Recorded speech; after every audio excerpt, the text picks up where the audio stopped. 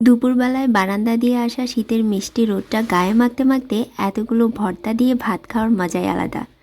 লোভনীয় সব ভর্তাগুলো আজকে তৈরি করে দেখাবো কোনোরকম বাটাবাটির ঝামেলা ছাড়া। আসসালামু আলাইকুম everyone, welcome back to my channel. আজকে বাটাবাটির ঝামেলা ছাড়া আপনাদের কয়েক ধরনের ভর্তা বানিয়ে দেখাবো। তো চলুন শুরু করি। চুলায় একটা প্যানে আমি 2 টেবিল চামচ তেল নিয়ে নিয়েছি, আর ঝাল কতগুলো শুকনো মরিচ নিয়েছি, এগুলো লাল লাল করে ভেজে উঠিয়ে নেব। আর কতগুলো রসুনও আমি ভেজে নেব।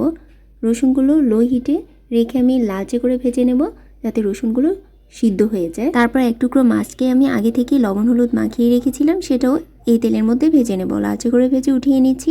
এখন একটা বেগুন কেটে টুকরো করে লবণ হলুদ মাখিয়ে রেখেছিলাম, আর সেটাই প্যানে দিয়ে ভেজে নিচ্ছি। এক পাশ হয়ে গেলে অপর পাশ উল্টে দিচ্ছি। 2 পাশ লালচে ব্রাউন কালার হয়ে আসলে বেগুনগুলো উঠিয়ে নেব।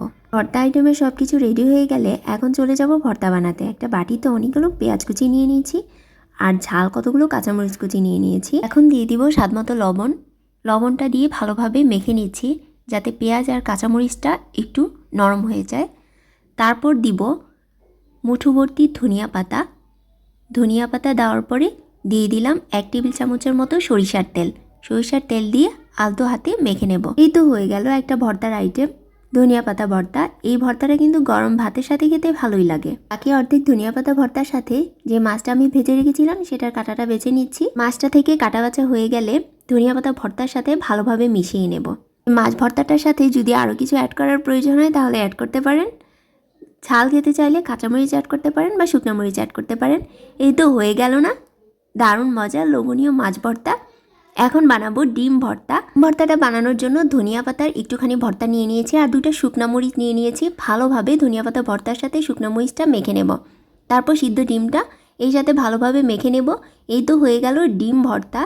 যদি একটু ঝালের প্রয়োজন হয় তাহলে একটু বেশি করে মরিচ দিতে পারেন। ডিম ভর্তাটা কিন্তু ঝাল ঝাল খেতে খুব ভালোই লাগে। তৈরি হয়ে গেল লোভনীয় ডিম ভর্তা। এখন আরও কিছু পেঁয়াজ নিয়েছি, সাথে ঝাল শুকনো মরিচগুলো লবণ দিয়ে ভালোভাবে মেখে নিচ্ছি। মেখে নেওয়া হয়ে গেলে দিয়ে দিব ফ্রেশ ধনিয়া পাতা, আর সাথে 1 চা চামচের মতো সরিষার তেল। এই তো হয়ে গেল শুকনো মরিচের ভর্তা। যাদের মুখে রুচি নেই এবং যারা ঝাল খেতে খুব পছন্দ করে তাদের কাছে কিন্তু ঝাল ঝাল শুকনো মরিচের ভর্তাটা খেতে খুব ভালো লাগবে।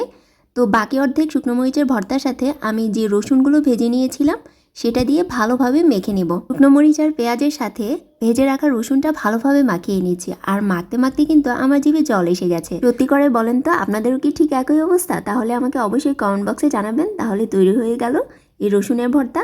তো একটুখানি শুকনো মরিচের ভর্তা নিয়ে নিলাম, তার সাথে সিদ্ধ করে রাখা আলু দিয়ে দিলাম। আলুগুলো ভালোভাবে শুকনো মরিচের সাথে মিশিয়ে নেব। আলু ভর্তাটা একটু ঝাল ঝাল খেতেই ভালো লাগে, চাইলে আর একটু শুকনো মরিচ দিতে পারেন। যেহেতু আমার এই শুকনো মরিচগুলো অনেক বেশি ঝাল ছিল, তো আমার এতটুকুই হয়ে যাবে। তো তৈরি হয়ে গেল লোভনীয় আলু ভর্তা। আর এখন বানাবো ফুলকপির ভর্তা। শুকনো মরিচ ভর্তা আর ধনিয়া পাতার ভর্তাটা নিয়ে ফুলকপি সিদ্ধগুলো দিয়ে ভালোভাবে মেখে নিচ্ছি। এখন যেহেতু শীতকাল, তাই ফুলকপির ভর্তা আর নতুন আলু দিয়ে ভর্তা খেতে কিন্তু একদমই মিস করবেন না। ফুলকপির ভর্তাটা বানানোর পর একটু শেষে সরিষার তেল দিতে পারেন, এতে খেতে ভালো লাগবে। ভাতের সাথে খেতে অনেক ভালো লাগে এই ভর্তাটা। তো এখন বানাবো লাস্ট যেই ভর্তাটা আছে সেটা বেগুন ভর্তা। শুকনো মরিচের একটু ভর্তা নিয়ে নিলাম, আর একটু নিয়ে নিলাম ধনিয়া পাতার ভর্তা। 2টা একসাথে ভালোভাবে মিক্স করে ভাজা বেগুনগুলো দিয়ে ভালোভাবে মেখে নেব। আর এই বেগুন ভর্তাটা দেখতে এতটাই লোভনীয় লাগছে, মনে হচ্ছে যে এই বেগুন ভর্তা দিয়ে 3-4 প্লেট ভাত খেতে পারবো। যাই হোক, বেগুন ভর্তার সাথে আরও কিছু ধনিয়া পাতা আর একটু সরিষার তেল দিয়ে দিলাম, ভর্তার স্বাদ আরও বেড়ে যাবে। বাটাবাটির ঝামেলা ছাড়াই তৈরি হয়ে গেল 8 ধরনের ভর্তা। শীতের মিষ্টি রোদ গায়ে লাগিয়ে ভর্তা দিয়ে ভাত খেতে খেতে একটা অনুরোধ করব, যদি ভর্তা রেসিপি ভালো লেগে থাকে তাহলে একটা লাইক দিয়ে দিবেন। আজ এই পর্যন্তই।